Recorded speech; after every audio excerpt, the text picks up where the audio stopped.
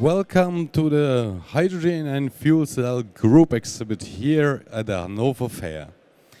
The drinks are here for free because I see some tables without drinks. The young girls running around, you can have a water, a coffee, or a juice if you like to. We will talk about now about big machines and the sustainable development of a PEM Electrolyser Manufacturer. Please help me welcome the Sales and Business Development Manager of CETH2, Mr. Pascal Pewinski. Hello, Hi. Alexander. Do you feel fine? Yes, great. I heard the fair is running good. Yeah, well, it's the fourth time now we're attending one after the other, and this year we're establishing since 2 days now pretty interesting contacts, and it looks like the hydrogen industry or business or economy at least starts getting some real attention from project carriers in the area of energy storage or mobility. So that sounds that you're now included in this kind of society, of the hydrogen society. Yeah, with the time being that happens like that. As I saw your company, you concentrated on the international market. That means you're a group that delivers what exactly? Well, CETH2 is a PEM Electrolyser Manufacturer. We're a French company, and the company has been out there for 15 years now. It was grounded as an R&D company at the origin, and since 4 years now, we're shifting from R&D company to becoming an industrial company. So to that extent, we have developed a product line, which is today from 5 to 120 normal cubic meters per hour. And the target markets of this product lines are the industrial market for electrolyzers, which is mainly overseas and mainly outside Europe. So that means you are nearby forced to go international with your group. In which countries have you been to install your kind of engine? Well, the requirements for electrolyzers in general, I'm not talking here specifically of PEM electrolyzers, is mainly in developing countries. There are some parameters you can bring together to try to figure out if there could be a demand for electrolyzer, and one of them is population density. When I talk about this, so you can focus directly in where is the population density high enough to go there. Exactly, because in many countries you have power grids, for example, and one of the big use of electrolyzers to produce hydrogen is for the cooling of alternators in thermal power plants. So when we talk about Western Europe, for example, where we have quite high population density, very good infrastructures and roads, you have gas distributors like Air Liquide, Linde, Mr. Bachmeier who just spoke, and you don't find any electrolyzers in these kind of power plants. So, but as soon as you start having needs for power in Eastern Russia, good example right now. for example, then of course you start having issues related to climate, related to access of infrastructure, and where the gas distribution has an effect, a cost which becomes extremely high. So that's where electrolyzers for industrial applications make sense, and that's where most of the electrolyzers are installed. So I just took one example, but there are many others in the Middle East, in Asian countries, in South America. That's where the industrial markets are for electrolyzers. So growing with the industrial market in region where the industry is growing. Exactly. Also. Exactly. Actually, we're a company who is privately owned.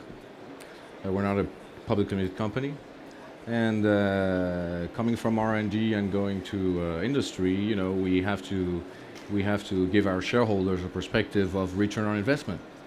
And at the very beginning, when we started, thinking about what is the return on investment on a PEM electrolyzer, or what are the chances to to generate gross margin on these kind of equipments was, not that clear. Particularly when you're competing with other electrolysis technologies with worldwide renowned companies. It's not that evidence that you're in a technology that can generate gross margin. Now, with our work ongoing on the industrial markets and the first machines we have delivered for industrial applications in a worldwide spread competition, we find out and we had confirmation that PEM electrolysis has a great future. So this sounds like you collected the first experience directly in the field based upon the experience you made before. So what kind of experience did you collect that you can say, okay, this is our way of success? So an electrolyzer, to answer your question, an electrolyzer in general is in fact quite a complex system, because you have mainly 4 proficiencies in an electrolyzer. One which is the electrolyzer stack, which is an electrochemical knowledge. Okay. One which is the gas managing part of the equipment, but there's also power equipment, electrical power equipment. There's automation knowledge, and there's thermal heat treatment knowledge, and water treatment knowledge. So you have to bring all these competencies together to be able to offer a platform that has the full functions to run an electrolyzer. In fact, what we figured out is that the offers are very split in different ways, and it's very difficult to compare an electrolyzer offer in the way that the scopes are very cut. So what we thought was a good idea to go for is to offer a platform that would include all the full functions and to be as much plug and play as possible, whether if it's outdoor or indoor. Now, it seems that path, hopefully, but at least the first signs show us that it seems to be an interesting and successful way to look at the problem. Instead of a red flag, there's a green flag in this direction. Yeah, there's a green flag in that direction in terms of what the echoes of what the market brings us. And in terms of pricing positioning, there's also a green flag in terms of the ability to generate gross margin. Because at the end of the day, and I think that's what my speech was about, is to say that what makes a company sustainable is its capacity to make money. Okay. Of course, we're committed to go towards technologies to reduce CO2 emissions, etc. That is a very strong point of motivation from our teams, from our engineers, from all the people we employ. But all this is good as long as there is a real perspective of making money. That what makes us sustainable and what makes us look at the future and be able to project ourselves in the future, and particularly in the future of the hydrogen economy. Well, in fact, the distribution going on the worldwide market, you need to have local partners. You need to have people to help you to distribute your products. So. Yes, exactly. That is one of the difficulties itself. Is that an electrolyzer itself is already quite a complex system, but it's still only a brick in a hydrogen generation plant. Meaning that on the downstream of an electrolyzer, usually you need compressors, you need storage tanks, you need bottle filling systems, etc. And you need also to plan a lot of piping and engineering related to the site where potentially your electrolyzer needs to be installed. So therefore, we believe that one of the clues actually is having industrial partners, not only trading companies, but industrial partners that have knowledge as engineering companies, or I would say gas EPCs, in these local countries where there are these needs for electrolyzers. And that is not always easy to identify and to generate also, because electrolyzers are not equipments which are sold each and every day or each and every month, for these partners. So it's to generate their interest and their financial interest. So that sounds matching very well to that you have a competitive product for your partners, which you can compare to different other. Yeah, well, PEM Electrolyzers has and still has a reputation of being an expensive technology. The hydrogen energy area is a great perspective, but on the other hand side, everybody is complaining that all these equipments are too expensive because we're unable to build really sustainable business models in the hydrogen energy sector. If we talk about mobility, power to gas, etc., these are complex subjects.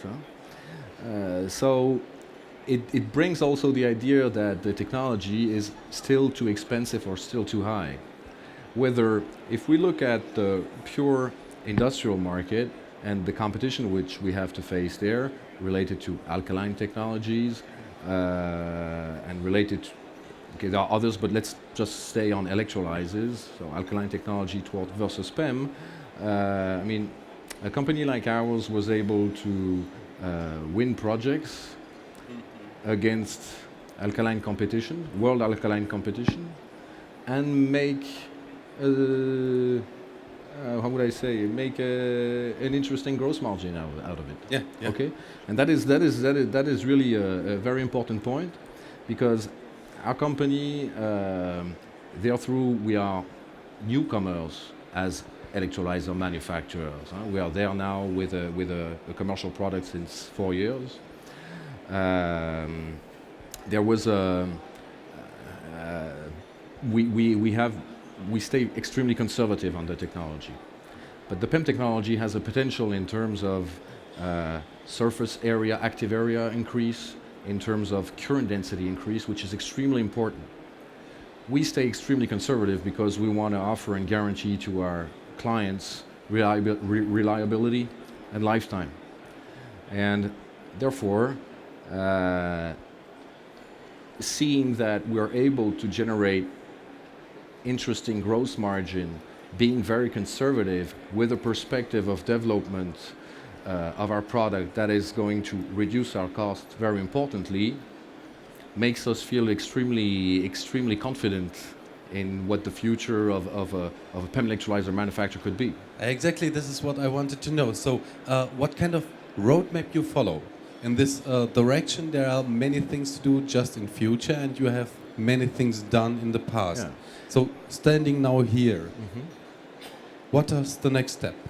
So today, in terms of commercial offer for PEM electrolyzers, we're the manufacturer that uses the largest membranes with the largest active surface area you could find on the market, which are 600 square centimeters.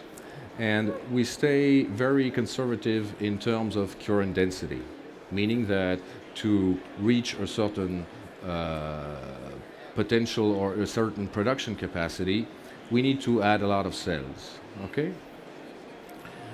The two main guidelines in terms of development are to increase the active surface area and to increase the current density. Because when you increase the active surface area, you're not multiplying your costs in terms of cost of cell. Okay. And when you are increasing your current density, you are just dividing by how much you are increasing. Okay. So this gives us quite a good perspective in terms of development of our capacities also, and the way that today we build machines up to 4 stacks. Okay. And we will stay with this architecture at the moment. We have stacks up to 30 nm cubes per hour on each stack, so 3 times 30 is 120. But the potential to go to 240 and even 480 are not that far, in fact, in terms of development. Of course, there's a lot of R&D and a lot of testing work that needs to be done. That needs to be validated.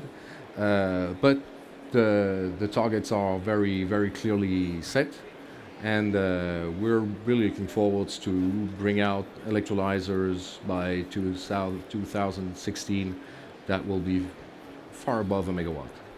So means you're gone on multiplying Yes, in future. exactly. Exactly.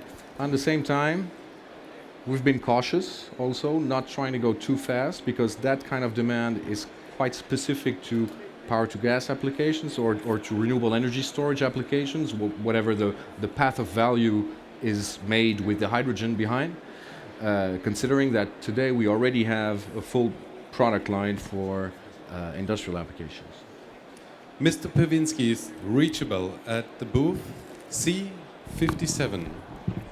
So if you have some question, our time is just right over now. I'm Okay. sorry. Yeah. No problem. So I Sure. have to thank you, Mr. Pewinski. Thank you. I hope you can enjoy the fair for the next 2 days too. Yeah, hopefully we'll make a lot of contacts. Bye. Bye.